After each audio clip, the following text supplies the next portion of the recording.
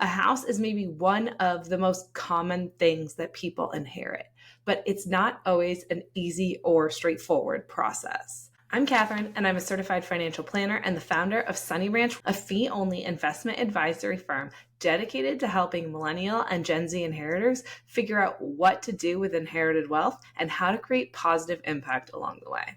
In today's episode of Planning for Inheritance, we're going to be talking about everything inheritors need to know after inheriting a house. A house is maybe one of the most common things that people inherit, but it's not always an easy or straightforward process. You could be dealing with tax issues. You could be dealing with family feuds. You could not have any idea how to clean out a house that is full of your parents' junk. We're going to dive into all of that. And if you have inherited a house or you think you might in the future, you are going to be prepared no matter what comes your way. First thing you need to know about inheriting a house is what immediate steps you need to take after you inherit. The first thing you need to do is lock that property down. You don't know who had access to that property, who might have keys, who might be planning on strolling into your parents' house and taking some things that they like or that they feel like belong to them. When you inherit a home, you want to change the locks. You want to make sure that the only people that can access the house are people who actually own the home. You also might want to beef up security a little bit on the home. You don't want people looking at that obituary and saying, I know that house is going to be empty. It can make your inherited home a real target for criminal activity, so it's always best to secure it as quickly as possible. The next thing you're going to want to do is figure out what to do with all of the stuff inside the house. And how you deal with that stuff is going to depend on the terms of your parents' will. If you inherited a house solely and you also inherited all the personal property within the house, then it's relatively straightforward. You're going to want to start cleaning the house out, and you want to make sure you put aside any items of special value. If there are items that are especially valuable, you may need to get them appraised for estate tax or for tax purposes. So if you think there are items that have particular value, you might want to call in a qualified estate sale team or an appraiser to make sure you know how much those items are actually worth. If there aren't items of special value, then probably what you're going to be dealing with is either selling all the stuff yourself and taking what you don't want to Goodwill, or calling in a qualified estate sale team who can do that job for you. If your parents left specific personal property to other people, then you need to remember that even though you might have inherited the house, it doesn't mean that you inherited everything in the house. If there are items that your parents specifically said should go to other people, then you need to make sure that you don't take those yourself and think, I got the house, well, I got everything in it.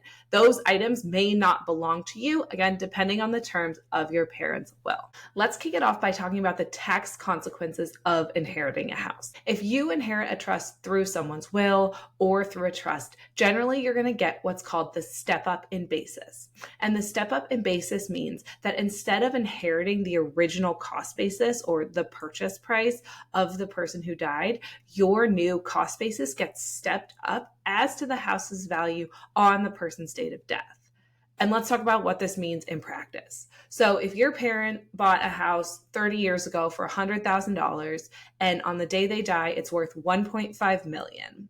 If they sold it the day before they died, they would owe capital gains taxes on almost $1.4 million of embedded capital gains.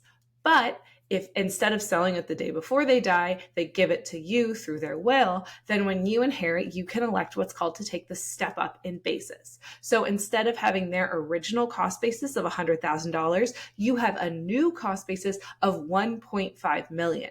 So if you don't want to keep the house, then say you turn around the next day and you want to sell it, you sell it for $1.5 million, your cost basis is $1.5 million, you may not be paying any taxes on that sale. It's really important to understand the tax treatment when you inherit a house because it can play a huge part in dictating what you want to do with that home. If you don't get a step up in cost basis because you inherited a house through an irrevocable trust or by a deed transfer, then that might significantly change your calculus of whether you want to keep the house to live in or rent it out or sell it. But if you do get that step up in cost basis, then you can make a decision about keeping the house, renting it out, or selling it free of real concerns about the tax consequences of any of those different options. Another really important thing that inheritors need to know when they inherit a house, especially if they inherit a house jointly with siblings, other family members, or whoever it is that you cannot force someone to own an asset that they don't want to own. What does that mean in practice? It means that if anyone who owns the house wants to sell, they can, in most cases, force a sale of that house. Let's consider a situation where you have two siblings and the three of you inherit your parents' house jointly. Two of the siblings want to keep the house and rent it out and use it as an investment property. But the third sibling doesn't want to deal with it. They think it's too much of a hassle for whatever reason. They don't want to keep the house. They want to sell it. If you're one of the siblings that wants to keep the house, then you have two options. The first option is that you and your other sibling can buy out your third sibling's portion of the house. So say the house is worth $600,000. You each own a third. So each of your shares is worth $200,000. If you and your other sibling can come up with $200,000, you can buy your third sibling out of their share. And then you and your remaining sibling can make decisions about keeping, renting, selling the house between the two of you without that third sibling's involvement. But if you don't have the cash to buy your third sibling out, then in the vast majority of cases, they are going to be able to force a sale. This is one of the reasons why it's so important to talk with your parents about how they're going to leave assets after they die. If your parents had known that in advance of leaving the three of you their house, there was going to be this disagreement and you guys would be fighting over whether you should keep or sell the house, then they might have decided not to leave it to the three of you equally. Maybe they could have left it to you and your sibling, and they could have left your third sibling who didn't want a piece of that house some other equivalent asset. But if you get into this situation, even if you feel really, really strongly emotionally attached to the house, say you have just one other sibling, it's the two of you, you loved your parents' house, you always imagined that you would live in it, and then you guys inherit that house jointly, and you want to live in it, you say, okay, sibling, I'll pay you rent, I'll pay you whatever you want, I'll cover your half of the mortgage, but they just don't want to own that house, then you're going to be, in most cases, out of luck. They can force a sale because you can't force someone to own property that they don't want to own. The last thing I want to talk about when it comes to inheriting a house is how you decide what you actually want to do with that house. This might be a relatively simple and straightforward decision for you. It may be that you inherited the house. It's not a place you want to live. It's not a house you want to live in. It's pretty cut and dry that you want to sell the house, take the cash, and move on. Or it may be that you have an attachment to the house. You're not ready to sell it, but you don't want to live in it yet or maybe ever, and you can start renting that house out as an investment property. If you decide to keep the house, whether you're going to rent it out as an investment property or live in it yourself, you need to make sure that you can actually afford that house.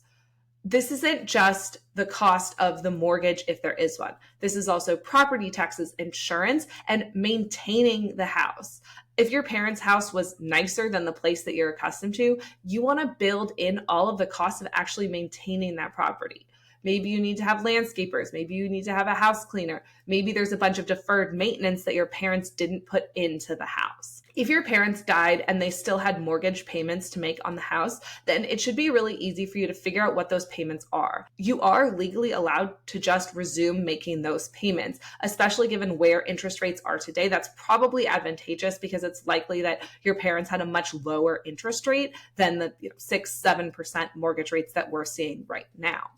So you need to figure out how much you're going to be paying a month for the mortgage, for property tax, for insurance. And then honestly, I would probably get an inspection done of the house, even if you're going to keep it, to understand the cost of the maintenance associated with the house. Depending on how your parents took care of the house, it's really common for houses that you inherit after someone died to have a lot of deferred maintenance because home maintenance is generally not what people are focused on in the last 10, 15 years of their life. You could be looking at a maintenance bill that's thousands or tens of thousands of dollars, and you don't want to find that out after you've already made a decision that you want to live in the house. If you're deciding that you want to keep a house, you want to go into that decision with your eyes wide open about what all of the costs of keeping that house are going to be. Inheriting a house can be a life-changing experience. It is an incredibly important way that families across the United States have been able to build generational wealth. But if you inherit a house, it doesn't mean that it's an easy thing, and it doesn't mean that you know what to do next. If you've inherited a house and you don't know what to do next, then check out my other posts on this subject. I'll link to them in the show notes below. And if you still can't get your questions answered, shoot me an email at Katherine@sunnybranchwealth.com. I'll catch you next week on the podcast.